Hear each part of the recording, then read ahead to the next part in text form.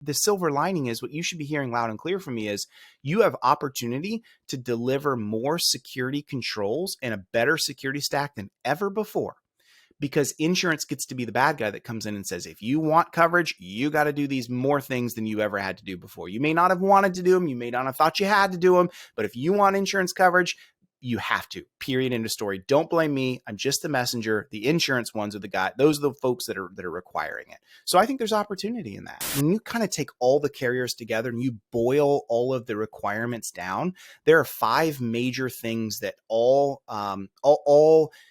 clients need to have as far as controls. It's managed EDR. It's what we call segregated and immutable backups. It's MFA everywhere for every single client. It's vulnerability management, like scanning and making sure we're updating that kind of stuff. And then cybersecurity awareness training and phish testing. Those are the 5 controls. And you have to be involved in this as an MSP, no questions asked, because you've got to be able to deliver those things. And again, you should hear silver lining, not threat in all this. You should be like, wait a second, did Wes just say that insurance requires those 5 things? I sure did. Did Wes just say that to be eligible for cyber insurance, the client has to have all 5 of those things? I sure did.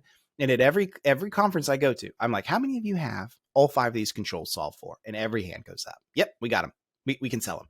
And I'm like, how many are selling 100% of these controls to 100% of your clients? And so far to date, Jennifer, not a single MSP has raised their hand. And I don't blame you, right? I'm not saying you're doing anything wrong, but I'm just saying a new advocate has entered the chat, right? You got a new sword in your hand, which is big, bad insurance, to force that standardization. As an MSP, even though you can't make money by selling insurance unless you're a licensed agent, oh my goodness, you can make so much money by having your clients do the right thing, because insurance requires it to be less risky, and you make a whole bunch more money by standardizing your control set. You've got to get involved in that process, because the risk is too high for you as an MSP in terms of like you're missing something, there's something egregious, whatever, and there's too much opportunity for you to not do it in terms of like cross-selling into your stack. So that's the big takeaway.